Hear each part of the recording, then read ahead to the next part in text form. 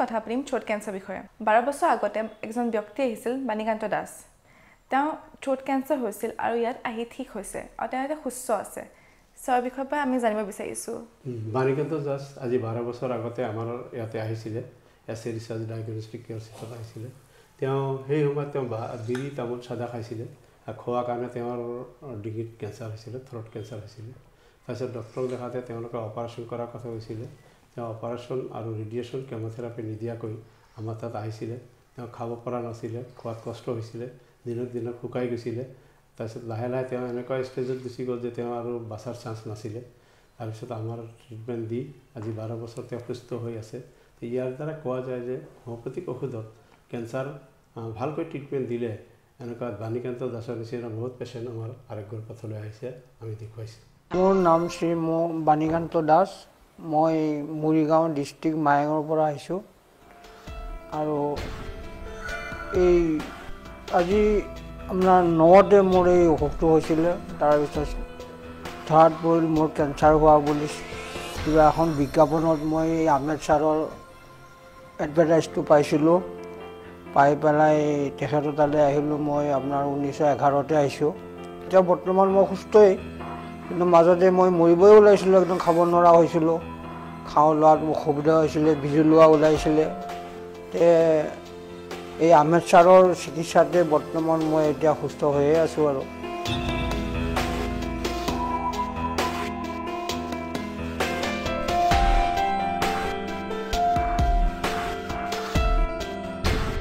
আৰু মই আৰু বহুতকো কৈছোঁ এই কথাটো যে হোমিও বহুতে তাৰমানে বিশ্বাস নকৰে মই বোলো বিশ্বাস মই কৰিছোঁ কাৰণ ট্ৰিটমেণ্টটো দেৰি হ'ব পাৰে কিন্তু ট্ৰিটমেণ্টটো মোৰ মতেদি ভাল নহ'লেতো মই আজি ইমান দিনে মৰিলোঁ হয় আজি 7 বছৰ 8 বছৰ হ'লহি বৰ্তমান মই ভালেই আছোঁ সম্পূৰ্ণ কাম বনো কৰি আছোঁ খাই বৈও আছোঁ কোনো অসুবিধা বৰ্তমান নাই প্ৰথমতে মই খাব নোৱাৰা হৈছিলোঁ ডিঙিত এই ছাইডত মই দুখ পাই আছিলোঁ খাব নোৱাৰা হৈছিলোঁ মানুহটো ক্ষীণাই গৈছিলোঁ খাব নোৱাৰি ছাৰৰ চিকিৎসাতে তাৰমানে মই বৰ্তমান সুস্থ আৰু মোৰ বিবেকেদি মই হোমিওটো ট্ৰিটমেণ্টটো ভাল বুলি ভাবোঁ আৰু কৈছোঁ মোক আৰু বহুকেইজন মানুহে মোক ফোনত সুধিছিলে এইবিলাক বিষয়ে পেপাৰ পত্ৰ পাইছিলে আহমেদ ছাৰৰ বিষয়ে মোক বহুতেও সুধিছে কিন্তু মই এইটো হোমিওটো পৰামৰ্শটো দিছোঁ যে এইটো লওক ট্ৰিটমেণ্টটো ভাল এলোপেথিকটো খোৱা লোৱাৰ এতিয়া ধৰক মোক আপোনাৰ চাদা বিৰি তামোল পাণ এইবিলাক খাব বন্ধ কৰিছিলে এনে চিকিৎসা লোৱা অৱস্থাটো তেওঁ কিছু খোৱাত বাছ দিছিলে যেনে তেল মছলা মাছ মাংস কিছুদিন খাব মানা কৰিছিলে আৰু চাদা বিৰিটো এতিয়াও মই নাখাওঁ এই বাদ দিয়া আজিলৈকে মই বাদেই দিছোঁ এবাৰ আমি ছাৰৰ পৰা জানিব বিচাৰিম বন কেঞ্চাৰ বিষয়ে ছাৰ 15 বছৰ আগতে ভোগেশ্বৰী ৰংপি বুলি মানুহজনী আহিছিল আপোনাৰ ওচৰত বন কেঞ্চাৰ লৈ তাৰ বিষয়ে আপুনি অলপ ক'ব পাৰিব নেকি হয় আজি 15 বছৰ আগত ভোগেশ্বৰী ৰংপি পামহিত ঘৰ তেওঁ আমাৰ তাত আহিছিলে তেওঁৰ সৰু ছোৱালী 3 মাহৰ ছোৱালীজনী কোলাতকৈ লৈ আহিছিলে তেওঁ প্ৰথম হাতত কেঞ্চাৰটো হৈছিলে তাৰপিছত তেওঁ ভৰিত হৈছিল তেওঁ হাতটো কাটিব দিছিলে ডক্টৰে তেওঁ নাকাটি তাৰপিছত আমাৰ তাত আহিলে ট্ৰিটমেণ্ট দিলোঁ 9 মাহমান ট্ৰিটমেণ্ট দিয়াৰ পিছত তেওঁ সুস্থ হৈ আছে তেওঁ সাক্ষাৎকাৰ দিছে আপোনাৰ নাম মোৰ নাম ভোগেশ্বৰী ৰংপি ক'ত থাকে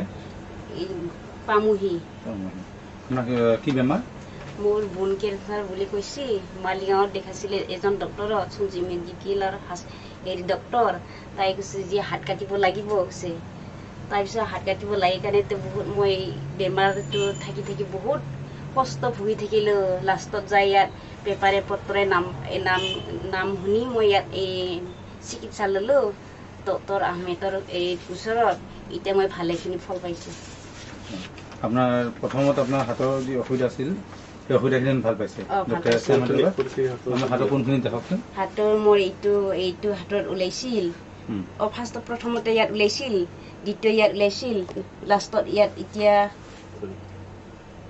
এটা আপোনাৰ এইবোৰ হৈছিল নহয় জানো এইখিনি পৰা হৈছিল আৰু এইখিনি যাত হৈছিল তেওঁলোকে এইটো হাত কাটিব দিছিল নেকি এই হাত কাটিব হৈছিল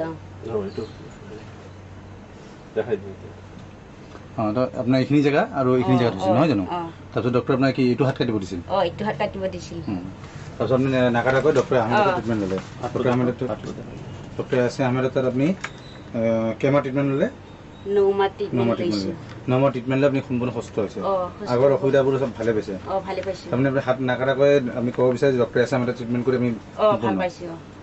আপোনাৰ ভৰি আৰু ক'ত আছে? ভৰিটো ইয়াতো আছিল। ভৰিটো ইয়াতো আছিল, ইয়াতো এৰি কাটিব বিচাৰিছিল ডক্টৰে। হাতে আৰু ভৰি দুটাই ভৰিটো ভালকৈ উঠাব। ভৰিটো ভালেখিনি এতিয়া ভাল পাইছোঁ।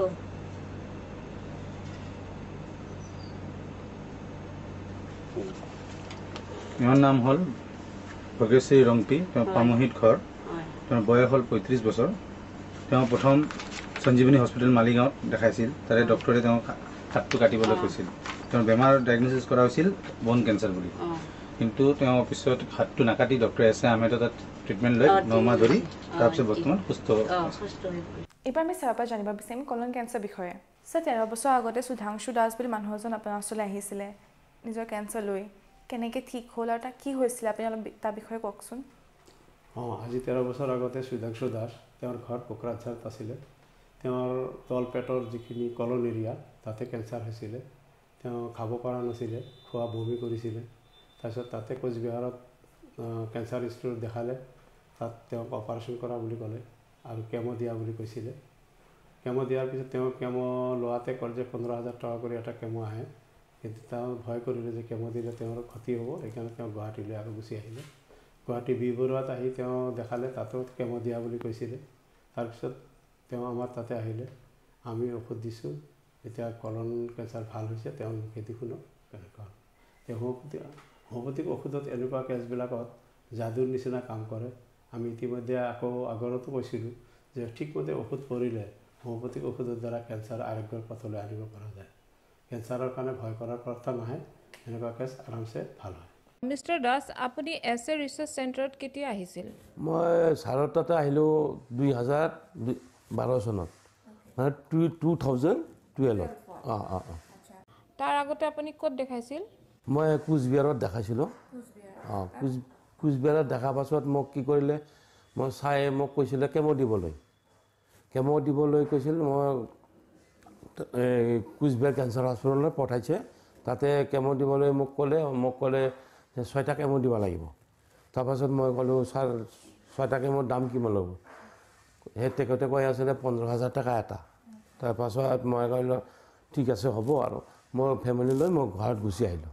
অহাৰ পাছত কি কৰিলে, মোৰ ঘৰৰ মানুহ মোক আকৌ লৈ আহিলে বি বৰুৱাৰ তাত। বি বৰুৱাৰ তাত অহাৰ পাছত মই তাতে আৰু গোটেইকেইটা ৰিপৰ্ট আকৌ বনাইলে। তাতে টকাবিলাক মোক এনে গ'ল। তাৰপাছত ছাৰে মোক ক'লে যে আপোনাক কেমো দিব লাগিব। তো মই ক'লোঁ ছাৰ বি বৰুৱাৰ তাত বি বৰুৱাৰ তাতেও ক'ল কেমো দিব লাগিব। তাৰপাছত কি হ'ল, আমি ক'লোঁ ছাৰ কেমো দিম, আমি এইটো গেৰাণ্টি কি আছে? ছাৰে কয় আপুনি দিলে গম পাব। তো মইতো জানো, আমাৰ কোকৰাঝাৰৰ কেইটামান পেচেণ্ট আমি এনেকুৱা পাইছোঁ যে কেমো দিয়াৰ পাছত মানুহ মৰি যায়। এছ এ ৰিচাৰ্চ চেণ্টাৰৰ কথা কেনেকৈ গম পালে? আমি এই ছাৰৰ নাম্বাৰটো আমি পেপাৰত পালোঁ। পেপাৰত পাই কোনখন পেপাৰত পাইছিলে? এই প্ৰতিদিন পেপাৰত। এইটো পেপাৰত পাই আমি ছাৰৰ তাত আহিলোঁ। অহাৰ পাছত মোক ছাৰে মোৰ ৰিপৰ্টবিলাক চাই আৰু মোক ক'লে যে আপোনাৰ 6 মাহমান ট্ৰিটমেণ্ট ল'লে ভাল পাই যাব। এই তাৰে পৰা মই ষ্টাৰ্ট কৰিলোঁ। আপুনি কি কি অসুবিধা লৈ আহিছিলে ছাৰৰ ওচৰত? মই খাব পৰা নাই। তাৰপাছততো মোৰ এই যে খাদ্য নালীত কিবা হৈছিল, টিউমাৰ হৈছিল, তাতে কেঞ্চাৰ হৈছিল। আৰু এই কেঞ্চাৰৰ কাৰণে আমি খাব পৰা নাই, বহুত বিষ আছিল। তাৰপাছত ইয়াত অহাৰ পাছত মোক ছাৰে মানে দৰৱটো দিয়াৰ পাছত 3 মাহৰ পাছত মই ভাল পোৱাটো গম পাই আছিলোঁ। 3 মাহৰ পিছত? 3 মাহৰ পাছত মই খাই আছোঁ, দৰৱটো লৈ আছোঁ আমি। তাৰপাছত 3 মাহৰ পাছতে গম পাই আছোঁ আমি ভাল পোৱাটো।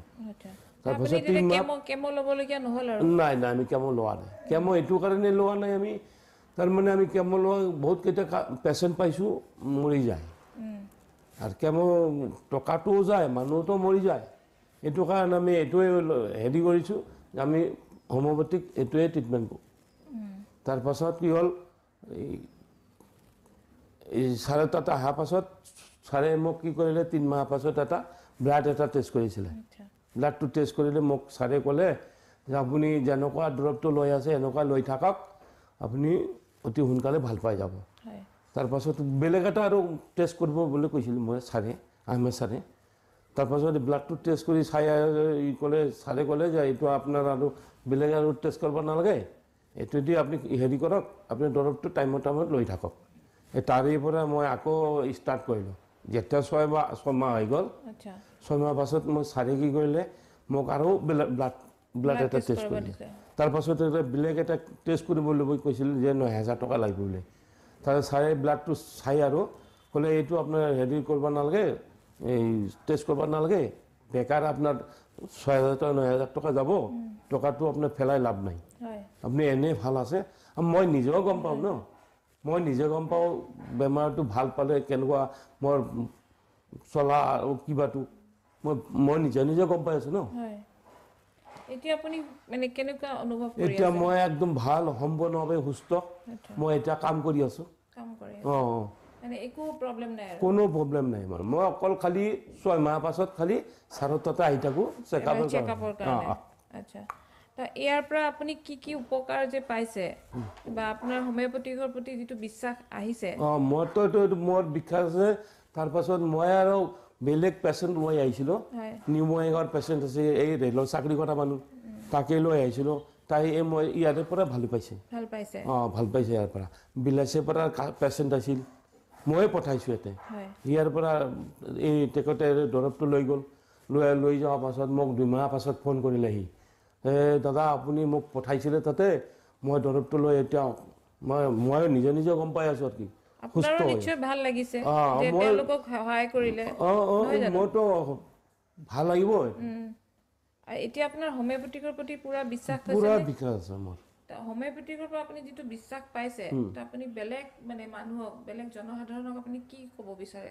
মই এনেই আমাক বহুত দূৰৰ পৰা ফোন আহি থাকে, মই যি ফোন কৰে তাকে মই কৈ দি থাকোঁ আৰু কি যে আপুনি তাতে যাওক, ছাৰৰ তাতে যাওক, আপুনি দৰৱটো টাইমত লৈ থাকিব, টাইমত লৈ থাকিলে আপুনি অতি সোনকালে ভাল পাব।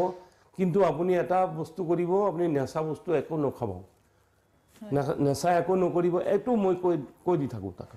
যি মোক ফোন কৰে তাকে মই কৈ থাকোঁ যে আপুনি নেচা নকৰিব, ছাৰৰ দৰৱটো আপুনি টাইমত লৈ থাকক, আপুনি অতি সোনকালে ভাল পাব।